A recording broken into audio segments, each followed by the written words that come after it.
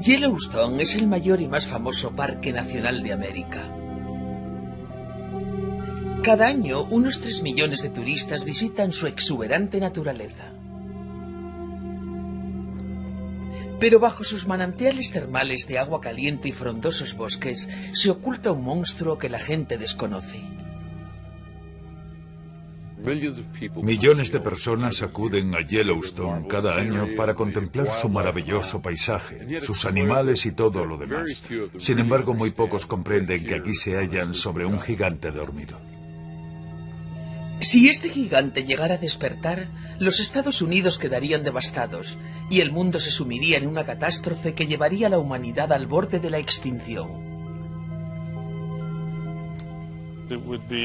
Supondría un desastre a una escala que ni alcanzamos a imaginar. Sería una catástrofe absoluta para Norteamérica, y lo malo es que sabemos muy poco sobre estos fenómenos.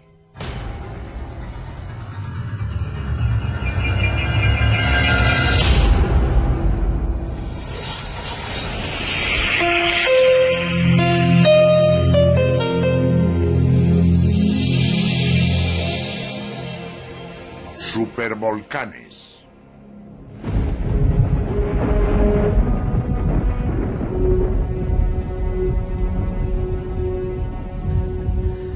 En 1971 llovió de forma torrencial en gran parte del este de Nebraska.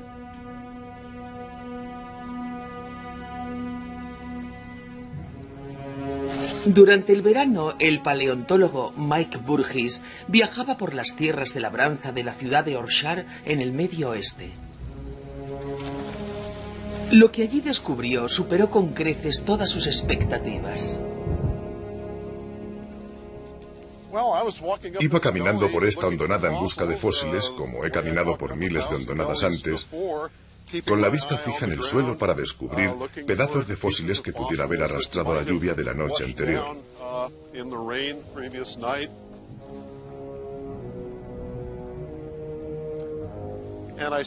Cuando trepé hasta la parte superior, vi algo que me dejó atónito por completo, algo que ningún paleontólogo había visto jamás. Era la visión de un repentino desastre prehistórico. Las excavaciones de Burgess sacaron a la luz los huesos de 200 rinocerontes fosilizados, junto con los esqueletos prehistóricos de camellos, lagartos, caballos y tortugas. Su examen determinó que todos habían muerto de forma brusca hace 10 millones de años. De pronto, caí en la cuenta de que aquel era el escenario de una catástrofe masiva de un tipo que nunca había encontrado antes.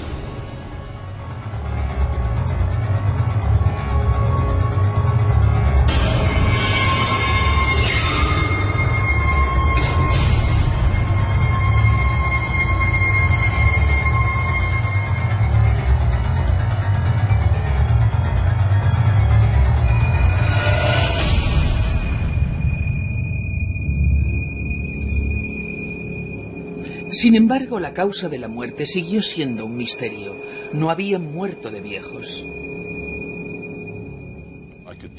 Observando los dientes de aquellos animales, podría decir que habían muerto jóvenes. Lo sorprendente era que había madres con sus crías, grandes rinocerontes machos en la plenitud de su vida, y allí estaban todos muertos sin que existiera una razón evidente para ello.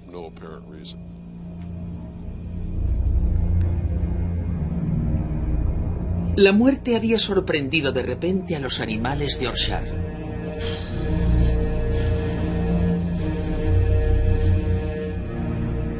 Se encontró otro rasgo extraño en los esqueletos, una rareza que serviría de pista crucial para determinar la causa de la catástrofe.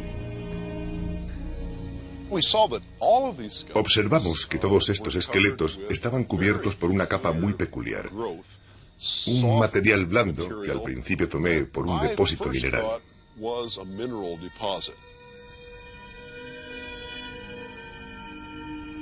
Luego nos dimos cuenta de que era orgánico. Su origen es biológico, lo que quiere decir que algo estaba creciendo sobre aquellos huesos. No tenía ni idea de qué se trataba, jamás había visto nada parecido. Enviaron una muestra de los huesos al paleontólogo Karl Reinhardt. Este es un espécimen típico de huesos de rinoceronte. Se puede ver ese material. Es lo blanco que se ha depositado en la superficie del hueso original.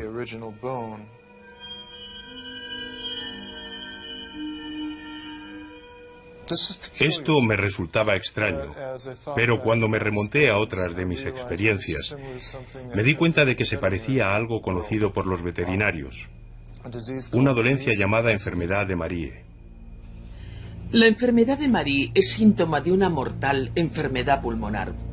Todos los animales de Yorkshire parecían estar infectados.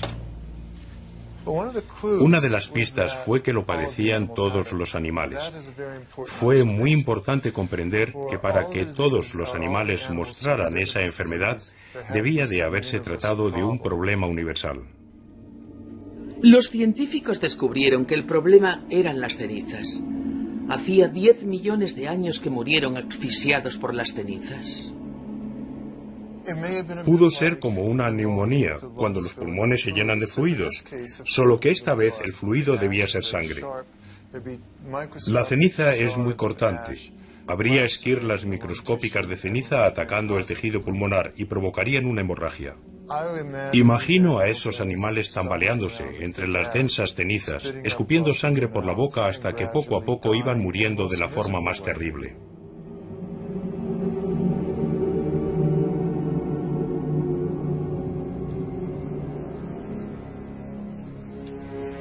Solo un volcán podría haber generado tanta ceniza, pero en las grandes y lisas planicies de Nebraska no hay volcanes.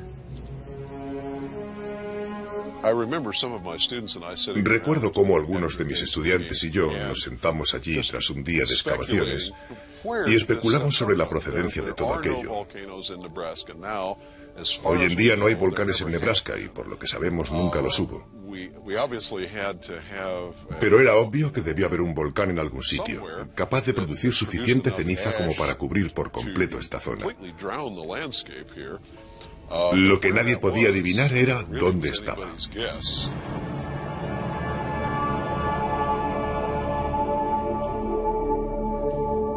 Un geólogo de Idaho descubrió que se había producido una erupción volcánica que coincidía con el desastre de Yorkshire 10 millones de años atrás, pero su origen estaba al otro extremo de Norteamérica. Parecía una historia de lo más fascinante que me dio que pensar, ya que había estado trabajando en rocas volcánicas al sureste de Idaho, que en potencia habrían sido capaces de producir una gran cantidad de cenizas. Algunas fechas se remontan a unos 10 millones de años, así que empecé a preguntarme, ¿es posible que lo de Nebraska lo causara alguna de esas grandes erupciones que ocurrieron al sureste de Idaho? A una gran distancia, 1.600 kilómetros, se encontraba la zona de volcanes extintos de Bruno Yarbridge. ¿Cómo podría esta erupción haber despedido tanta ceniza y hasta tan lejos? Bonnicksen era escéptico. El alcance de las cenizas que expulsan los volcanes es de unas decenas de kilómetros, quizá hasta unos cientos. Esta ceniza de unos 2 metros de espesor está en Nebraska a 1.600 kilómetros de su origen potencial, lo cual es bastante sorprendente. Que yo sepa, nunca se ha documentado un fenómeno semejante.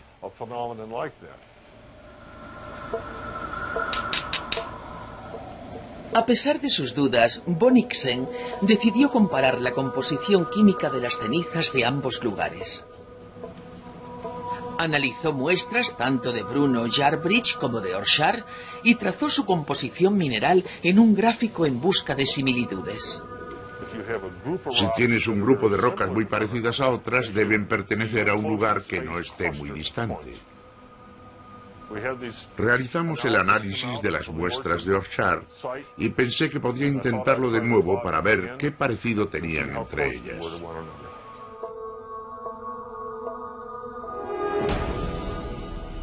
Y sorpresa, resultaron ser como las muestras de Bruno Yarbridge.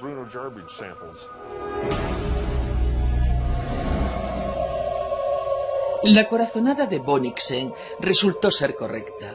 Bruno Yarbridge era culpable de la catástrofe de Orshar.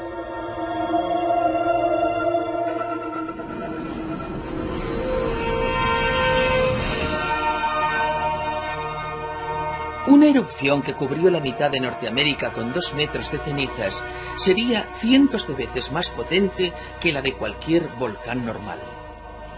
Parecía casi increíble, pero Bruno Yarbridge resultó ser uno de esos raros fenómenos que los científicos apenas alcanzan a comprender y de los que el público no sabe nada. Un supervolcán.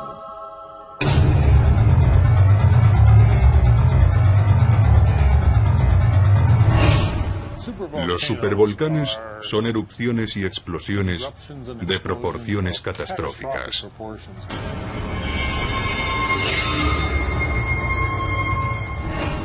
Si te sientas y piensas en estas cosas, descubres que son de una magnitud por completo apocalíptica. Es difícil concebir una erupción de ese tamaño. Aunque los científicos jamás han presenciado una erupción supervolcánica, pueden calcular su grado de devastación. Con frecuencia se denomina VEI8 a las supererupciones. Significa que se sitúan en el punto 8 de lo que se conoce como índice de explosividad volcánica. Va de 0 a 8.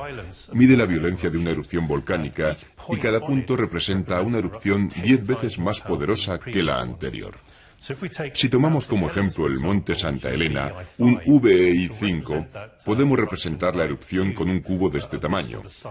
Esto representa la cantidad de material expulsado durante esa erupción. Si subimos un punto hasta el VEI6, como del tamaño de la de Santorini, podemos representar la cantidad de material expulsado en Santorini con un cubo de este tamaño. Pero si pensamos en las erupciones VEI8, tenemos entre manos algo de un tamaño muy distinto, una explosión colosal.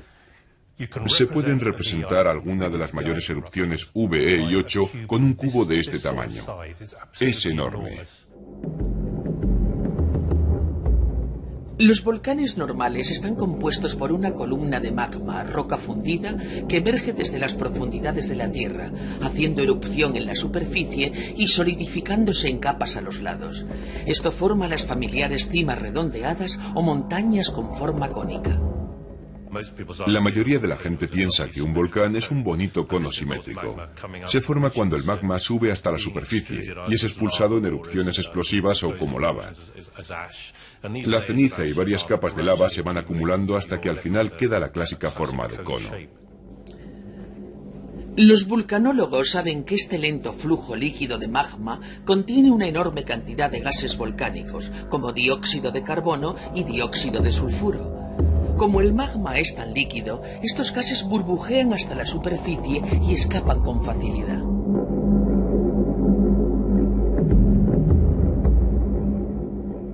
Existen miles de volcanes normales por todo el mundo y cada año entran en erupción unos 50.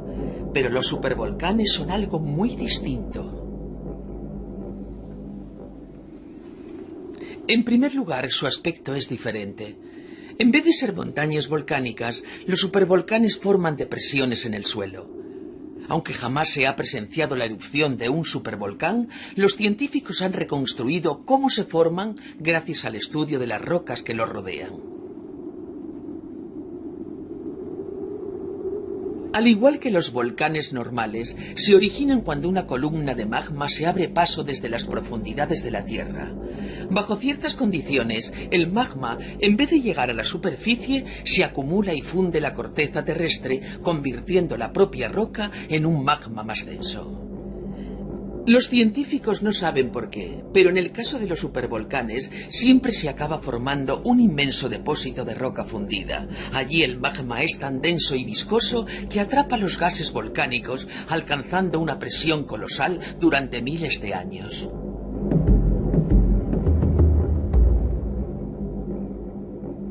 Cuando la cámara de magma por fin entra en erupción, la explosión es cientos de veces más fuerte que el vaciado normal de un depósito subterráneo. Todo esto provoca que el techo de la cámara se derrumbe, formando un enorme cráter. Todas las erupciones de supervolcanes provocan estos cráteres hundidos. Se denominan calderas. El principal factor que determina el tamaño de una erupción es la cantidad de magma depositado. Si se acumula un enorme volumen de magma en la corteza, tendremos una erupción en potencia muy grande. Hay muy pocos lugares que reúnan las condiciones geológicas exactas para crear una enorme cámara de magma, por lo que solo existe un puñado de supervolcanes en todo el mundo. El último que entró en erupción fue el Toba hace 74.000 años. Ningún ser humano moderno ha presenciado una erupción así. Ni siquiera estamos seguros de dónde están todos los supervolcanes. Estamos en el Parque Nacional de Yellowstone, en Norteamérica.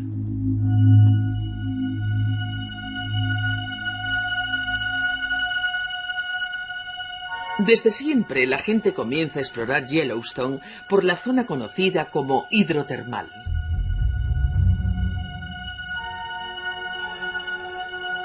Se suponía que estas fuentes termales y los géiseres no entrañaban peligro alguno.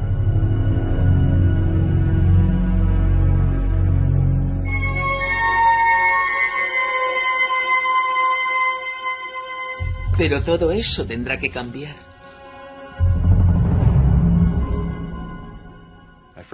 La primera vez que vine a Yellowstone fue a mediados de los 60 para participar en un importante estudio sobre la geología del Parque Nacional. Por aquel entonces yo no tenía ni idea de lo que íbamos a encontrar. Cuando el geólogo Bob Christiansen comenzó a examinar por primera vez las rocas de Yellowstone, apreció que muchas de ellas estaban formadas por ceniza compactada. Sin embargo, no encontró ningún volcán exterior ni cráter o caldera. No había ninguna depresión reveladora. Nos dimos cuenta de que Yellowstone había sido un antiguo sistema volcánico. Sospechábamos que hubo una caldera volcánica, pero no sabíamos dónde ni qué dimensiones exactas tendría. Mientras inspeccionaban todo el parque en busca de la caldera volcánica, Christiansen comenzó a preguntarse si no estarían en un error. Entonces tuvo un golpe de suerte. La NASA decidió examinar Yellowstone desde el aire. La agencia espacial había diseñado un equipo de fotografía infrarroja para la Luna y quería probarlo en la Tierra.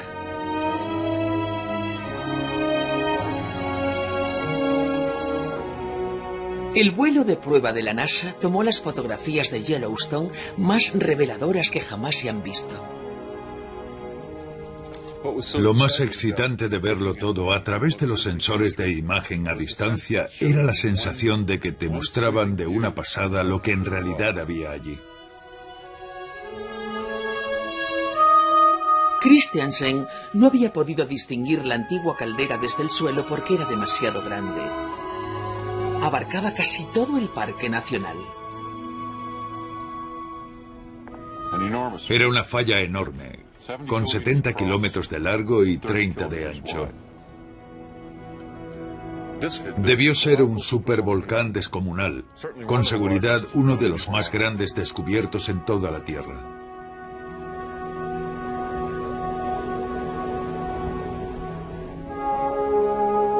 Bob Christiansen estaba decidido a descubrir cuándo había entrado en erupción Yellowstone. Empezó por examinar las capas de ceniza solidificadas con un grosor de docenas de metros despedidas durante la erupción. Encontró 3 capas independientes, lo que significaba que se habían producido 3 erupciones diferentes.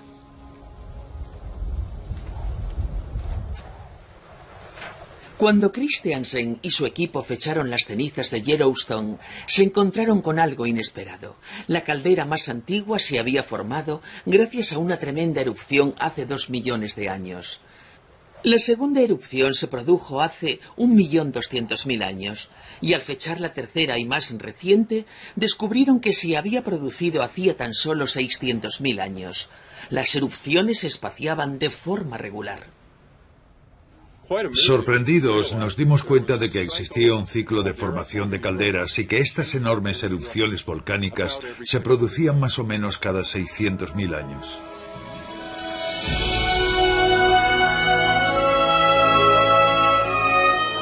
Yellowstone tenía un ciclo de erupciones de 600.000 años y la última se había producido justo hacía 600.000. Sin embargo, no había indicios de actividad volcánica en la actualidad. El volcán parecía extinto. Pero esta reconfortante certeza iba a cambiar.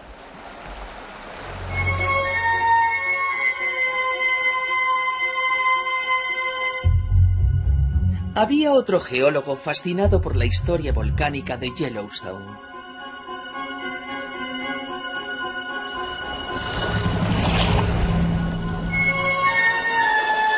Al igual que Christiansen, el profesor Bode Smith había pasado gran parte de su vida estudiando el parque. En 1973 realizaba un trabajo de campo en un extremo del lago Yellowstone. Estaba trabajando en la parte sur del lago, en un lugar llamado Isla Peal. Me encontraba en la isla un día y reparé en un par de cosas poco usuales.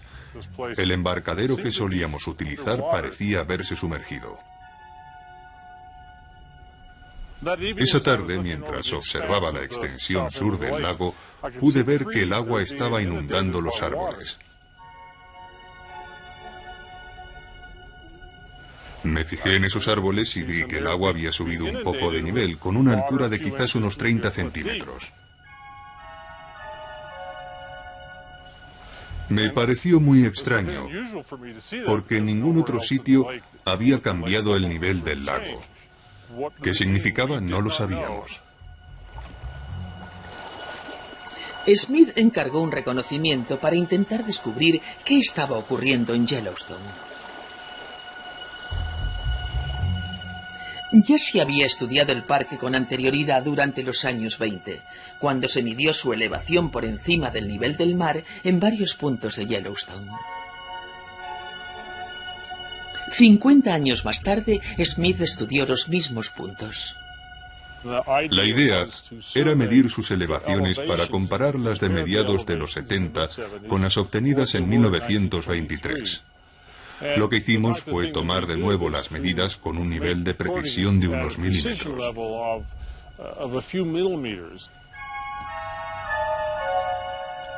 Los dos juegos de cifras deberían haber sido similares, pero según el equipo de investigación, se iba desplazando por el parque. Notaron algo inesperado. El suelo parecía estar elevándose. El investigador dijo que algo estaba mal, pero que no era culpa suya, así que debía ser otra cosa. Volvimos a tomar las medidas con mucho cuidado, y la conclusión a la que llegamos me dejó atónito. La caldera se había levantado hasta aquel momento 740 milímetros en su parte central.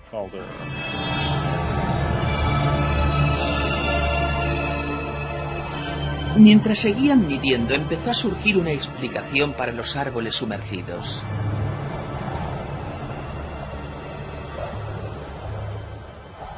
El suelo de la parte norte de Yellowstone se estaba abultando, inclinando el resto del parque hacia abajo.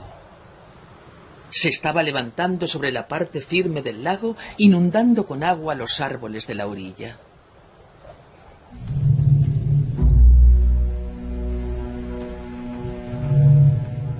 El vulcanólogo comprendió que solo una cosa podría hacer que la Tierra se elevara de esa forma: una gigantesca cámara de magma vivo.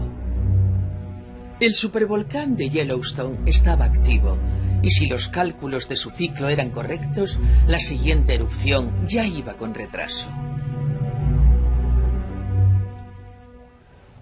Esto nos produjo un auténtico escalofrío, ya que nos encontrábamos en ese ciclo de 600.000 años, y la última erupción se había producido justo hacia ese tiempo. Quería decírselo a la gente, es decir, teníamos entre las manos una bomba. Los científicos habían descubierto el mayor sistema volcánico independiente y activo del mundo. Había muchas preguntas que necesitaban respuesta.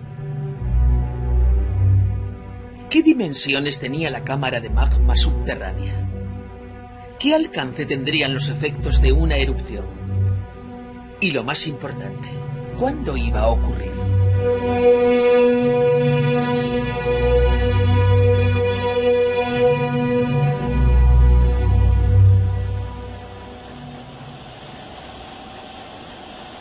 Para dar respuesta a todas estas cuestiones, los vulcanólogos sabían que primero tenían que comprender la misteriosa cámara de magma de Yellowstone. Es de una importancia crucial comprender qué está ocurriendo dentro de la cámara de magma, ya que esa presión, el calor y el fluido son lo que dispara la erupción final. Es como estudiar el mecanismo que dispara una bala. Llegar a comprender qué ocurría en la cámara de magma sería difícil. Smith y su equipo debían descubrir las dimensiones de algo oculto a 8 kilómetros de profundidad. Empezaron a reunir información gracias a una ingeniosa fuente, los terremotos. Aquí tenemos un sismómetro. Es el extremo funcional de un sismógrafo, el dispositivo que se utiliza para registrar terremotos. Es muy sensible, capaz de registrar los terremotos más pequeños de Yellowstone, además de captar otros de moderados a grandes en todo el mundo. Es parte del sistema de 22 estaciones sismográficas de control repartidas por Yellowstone. Todos los datos se envían a las instalaciones centrales de la Universidad de Utah. Al igual que muchas otras áreas termales, Yellowstone experimenta cientos de pequeños temblores cada año. Son inofensivos, pero Smith ha utilizado su laboratorio sismográfico para trazar las dimensiones de la cámara de magma. Los terremotos son esenciales para indicarnos el pulso. Nos dicen el ritmo real al que se va deformando la caldera y cómo se van fracturando las fallas.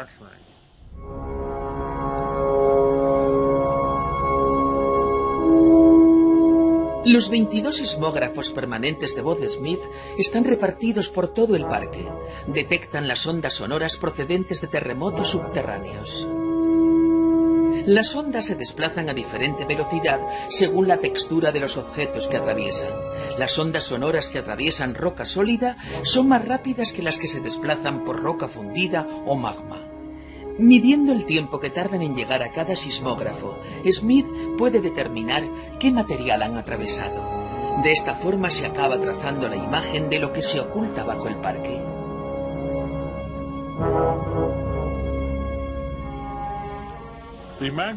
La cámara de magma que encontramos se extiende por debajo de casi toda la caldera.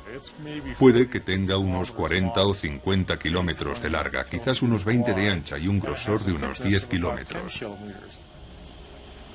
Su volumen es gigantesco, abarca casi la mitad o un tercio de toda la superficie del Parque Nacional de Yellowstone.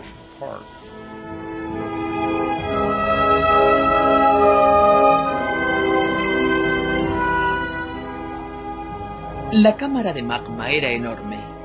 Si entrara en erupción sería devastadora. Para descubrir hasta qué punto llegaría la destrucción, los científicos tenían que conocer la fuerza de la erupción. Las pistas las hallarían en un volcán mucho más pequeño situado al otro extremo del mundo.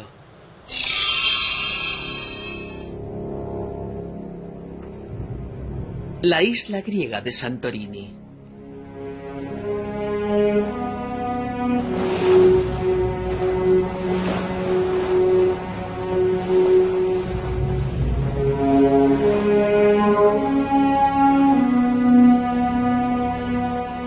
La erupción se produjo hace 3.500 años, y aunque no alcanzó la escala VEI8, sí poseía una pequeña cámara de magma. El profesor Steve Spark ha pasado gran parte de su vida profesional estudiando Santorini. La primera vez que vine a Santorini y empecé a estudiar los depósitos de piedra pómez de las erupciones que formaron la caldera, hallé pruebas de un cambio radical en la fuerza y la violencia de la erupción. Al examinar las capas de piedra pómez, Spark descubrió que las cámaras de magma podrían haber erupcionado con una fuerza casi inimaginable, con gran alcance de destrucción. Existen pruebas de un repentino aumento de la potencia. Enormes bloques de 2 metros de diámetro expulsados con violencia fuera del volcán, recorriendo hasta 7 kilómetros antes de destrozarse contra el suelo. Esos bloques tendrían que haber salido despedidos del volcán a cientos de metros por segundo, más o menos la velocidad del Concorde. Imaginen esta enorme roca roja chocando y despedazándose con el impacto. Para comprender por qué los volcanes caldera pueden entrar en erupción con tal poder, Spark reprodujo su violencia en una escala de 1 a 1 trillón.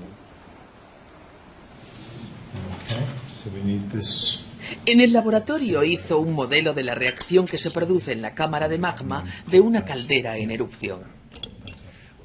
El problema es que no podemos entrar en la cámara de magma, así que lo mejor que podemos hacer es ir al laboratorio e intentar simular lo que ocurre en la cámara y en su recorrido hacia la superficie.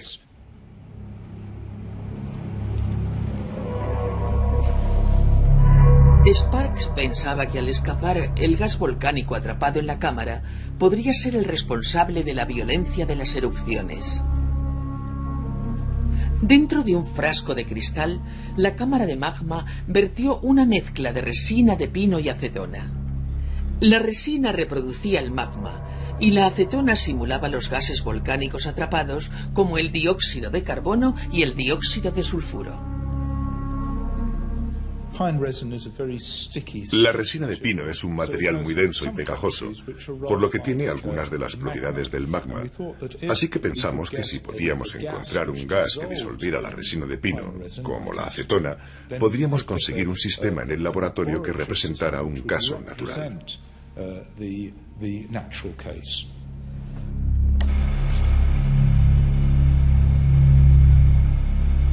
Sparks creó luego el vacío dentro del frasco para simular la despresurización que se produce en la cámara de magma.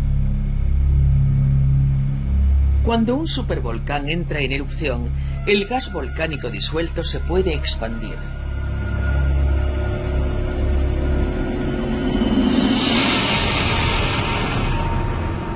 Cuando el vacío llegó hasta el líquido, se produjo un cambio drástico.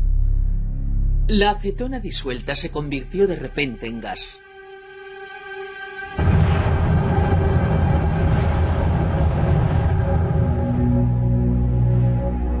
La resina se expandió provocando un violento burbujeo y haciendo que el contenido explosionara fuera de la cámara. Estos experimentos nos ofrecen muchísima información sobre el enorme poder de los gases que produce una solución y hacen posibles estas explosiones tan violentas.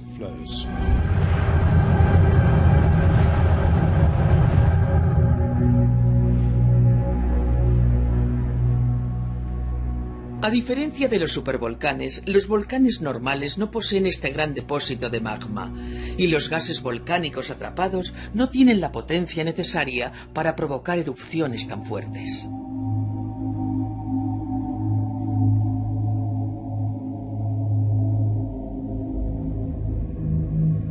Pero los experimentos de laboratorio no pueden responder a la pregunta más intrigante relacionada con Yellowstone. ¿Cuándo se producirá la próxima erupción? Los científicos se enfrentan a un problema. Jamás han visto un supervolcán en erupción. Hasta que se observe y analice una erupción VEI-8, nadie sabrá qué determinados precursores podrían encontrarse en la erupción de Yellowstone.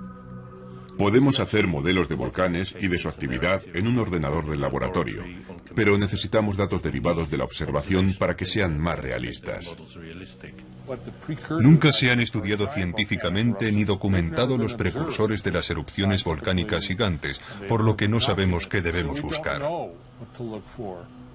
Es evidente que nadie desea ver un desastre mundial, pero la cuestión es que nunca comprenderemos bien los procesos que participan en las erupciones de los supervolcanes hasta que se produzca una de ellas. Una siniestra realidad se oculta tras todos los esfuerzos de la humanidad por comprender los enormes mecanismos que activan las erupciones VEI-8. A la larga, intentar descubrir cómo funcionan los supervolcanes resultará inútil. Solo hay que pensar en la última.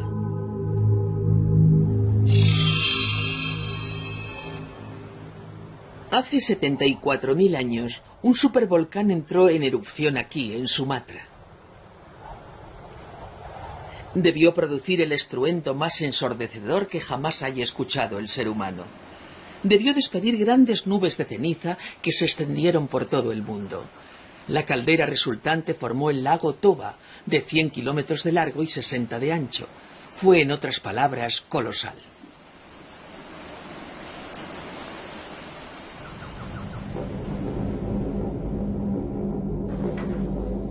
Los científicos solo están empezando a comprender los efectos de tal cantidad de ceniza sobre el clima del planeta. Este es el depósito de núcleos oceánicos de la Universidad de Columbia, en América. Contiene miles de muestras de fondos marinos de todo el mundo, una mirilla histórica que permite a los científicos como Michael Rampino echar un vistazo a la historia volcánica.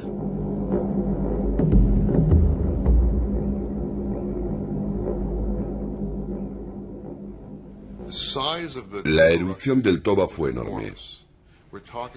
Estamos hablando de unos 3.000 kilómetros cúbicos de material expulsados por el volcán. Esto supone como 10.000 veces más que en la erupción del monte Santa Elena en 1980, lo que la gente considera una gran erupción, una auténtica supererupción.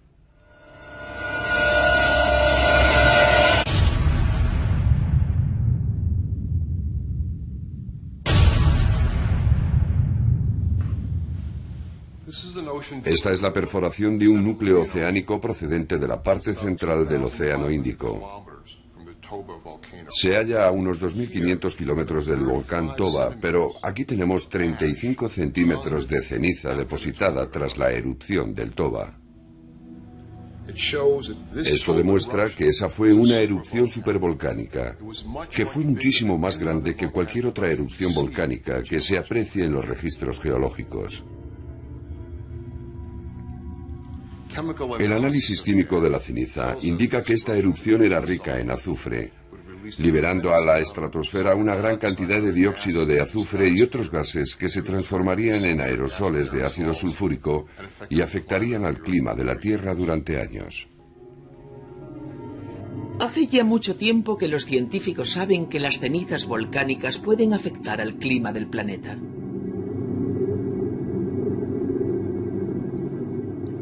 La fina ceniza y el dióxido sulfúrico, lanzados a la estratosfera, reflejan la radiación solar otra vez al espacio e impiden que la luz del Sol llegue a la Tierra.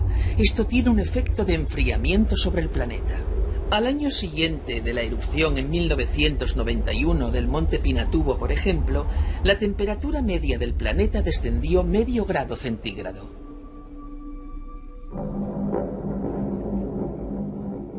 Comparando la cantidad de ceniza proyectada por los volcanes del pasado y su efecto sobre la temperatura de la Tierra, Rampino pudo estimar la repercusión de la erupción del Toba sobre el clima del planeta hace 74.000 años. Estoy trazando un sencillo gráfico en el que a un lado está el azufre liberado en millones de toneladas por las erupciones volcánicas y en el otro está el enfriamiento en grados centígrados que observamos tras estas erupciones. Señalo como puntos las erupciones históricas, como la del monte Santa Elena, el Krakatoa, Pinatubo y Tambora. Existe una clara relación entre el azufre liberado a la atmósfera y el enfriamiento. Basándose en esta relación entre el azufre liberado por los grandes volcanes y el enfriamiento global, Rampino puede calcular la bajada de la temperatura provocada por la erupción del Toba. Podemos ver que este tipo de gráfico predice que la erupción del Toba fue tan grande que el cambio de temperatura posterior pudo haber sido una bajada de unos 5 grados centígrados.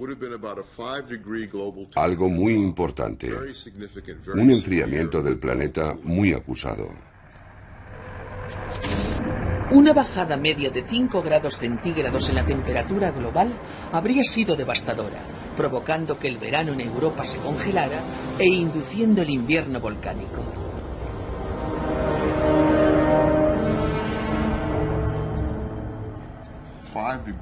Cinco grados globales se traducirían en 15 grados más o menos de enfriamiento en verano en latitudes altas.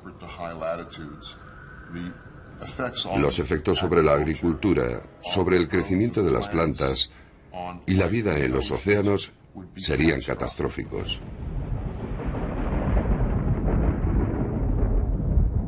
Esta catástrofe mundial debió continuar durante años, afectando de forma importante a la vida en la Tierra.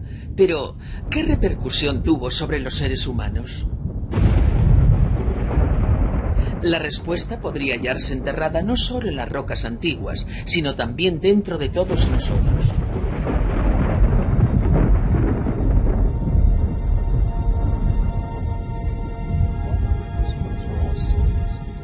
Lynn Jorde y Henry Happerdin son científicos especializados en genética humana.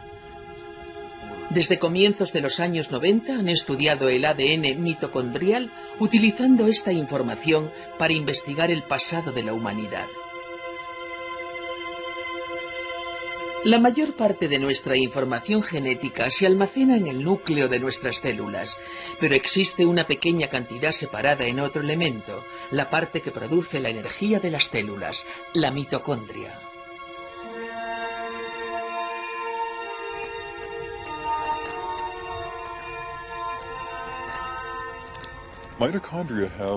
Las mitocondrias tienen sus propios genes. Es solo un número limitado de ellos, una pequeña cantidad de ADN, pero es distinto al resto del ADN de la célula, ya que las mitocondrias se transmiten de una generación a la siguiente, heredándose solo de la madre, por lo que nos ofrecen un historial sobre el linaje materno de la población.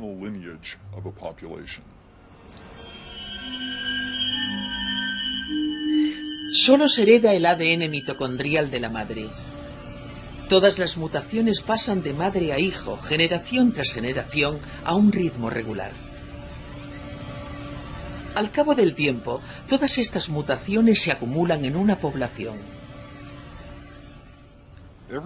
Cada acontecimiento de nuestro pasado, cada hecho fundamental, un aumento de población, un descenso de ella o el intercambio de personas de una población a otra, cambian la composición del ADN mitocondrial, de forma que poseemos un registro de nuestro pasado escrito en nuestros genes mitocondriales.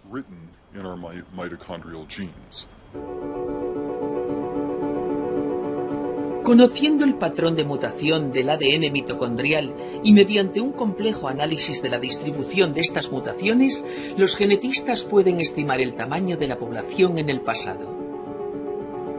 Hace varios años empezaron a observar un patrón extraño en sus resultados.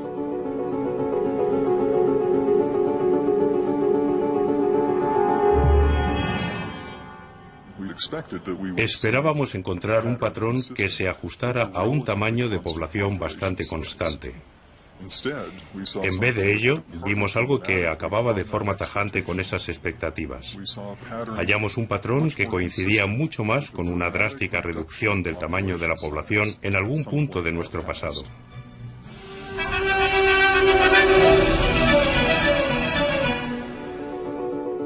Esto confirmó lo que otros genetistas habían apreciado.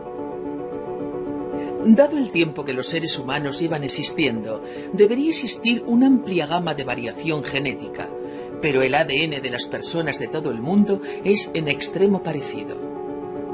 ¿Qué podría haber provocado algo así? La respuesta es una reducción drástica de la población en algún punto del pasado.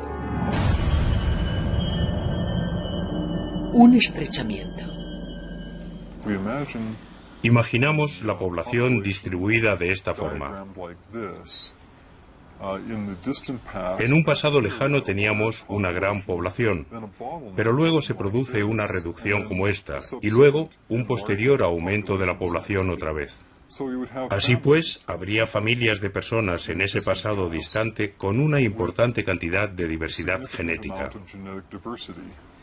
Pero cuando se produce la reducción, cuando se reduce el tamaño de la población, quizás solo unas pocas de esas familias sobrevivieron a ella. En ese momento, cuando la población es muy pequeña, sufrimos una reducción drástica de la diversidad genética, por lo que las personas que vemos hoy en día descenderían solo de aquellos que sobrevivieron y su genética sería mucho más parecida entre ellos, reduciendo la cantidad de variación genética.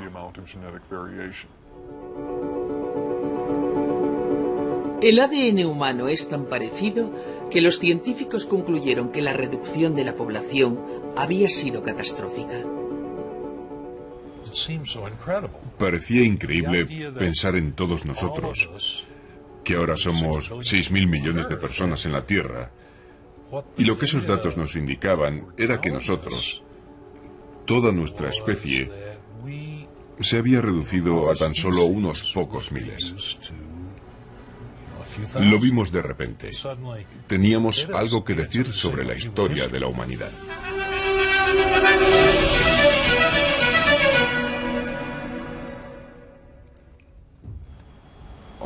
En un momento del tiempo, nuestra población pudo haberse encontrado en una situación precaria, en la que solo unos cuantos miles de nosotros siguieran vivos en toda la faz de la Tierra. Casi nos habríamos extinguido.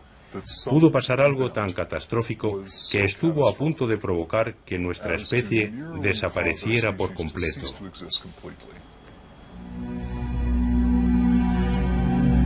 Es una revelación asombrosa, pero la clave era descubrir cuándo había ocurrido. Como el ADN mitocondrial muta según un patrón regular, los científicos pensaron que podían precisar la fecha de la reducción. Las mutaciones de las mitocondrias tienen lugar con regularidad temporal, por lo que el número de mutaciones nos ofrece un marco temporal que podemos usar para aproximar la fecha del acontecimiento. En el caso de la reducción de población, pensamos que podría haberse producido entre 70 y 80.000 años atrás, con un margen de error de algunos miles de años. Así pues, la verdadera cuestión es ¿qué podría haber causado semejante reducción? Una tan extrema que provocara que la población humana descendiera hasta 5 o 10.000 sujetos.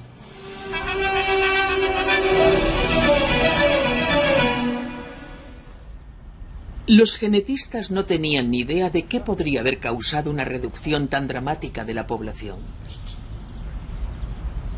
Henry Hamperdin empezó a recorrer universidades dando charlas sobre esta reducción. El antropólogo Stanley Ambrose le invitó a dar una conferencia a sus estudiantes. Stanley tiene muchas ideas. Es el tipo de científico que va cogiendo cosas de aquí y de allá y luego las coloca todas juntas. Me senté a escuchar su charla y él comenzó a hablar sobre esa reducción de la población humana. Me pregunté qué podía haberla causado y en ese momento me puse a sudar. Fui hasta Henry y le dije, acabo de leer un documento, está en mi mesa y creo que podría ser la explicación de por qué se produjo esa reducción de la población. No lo llegué a leer hasta una semana más tarde, y cuando lo hice, fue como si alguien me abofeteara. Ahí estaba. El documento trataba sobre la supererupción en Sumatra de un volcán llamado Toba.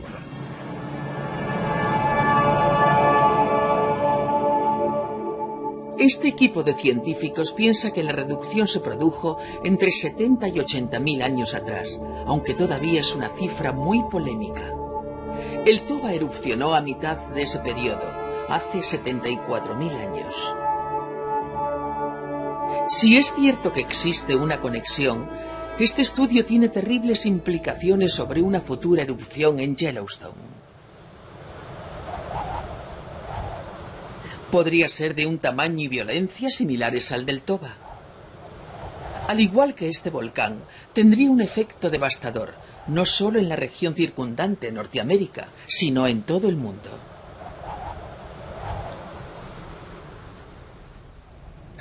Si Yellowstone vuelve a estar activo, y lo hará, será desastroso para los Estados Unidos y después para el mundo entero. Los vulcanólogos creen que todo comenzará cuando la cámara de magma empiece a ser inestable. Habrá terremotos más grandes, y partes de Yellowstone se levantarán cuando el magma se mueva y se acerque más a la superficie. Puede que un terremoto provoque la ruptura de una capa quebradiza y será como romper la tapa de una olla a presión. Esto generará capas de lava que podrían subir hasta 30, 40 o 50 kilómetros, lanzando a la atmósfera una cantidad insólita de escoria. Este lugar podría desaparecer. Nos incineraríamos de forma instantánea. Un flujo piroclástico cubrirá toda la región, matando quizás a decenas de miles de personas en todos los alrededores.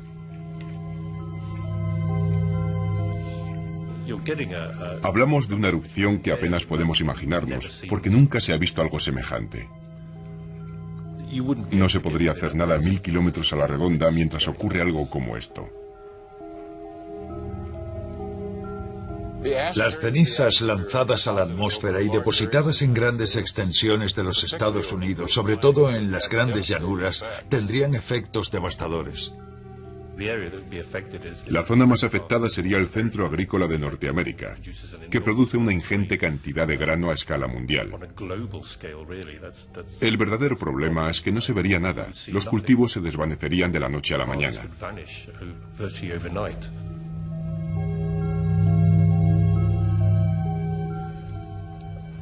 Tendría consecuencias para toda la actividad económica básica, dejando aparte los cambios climáticos que podrían generarse.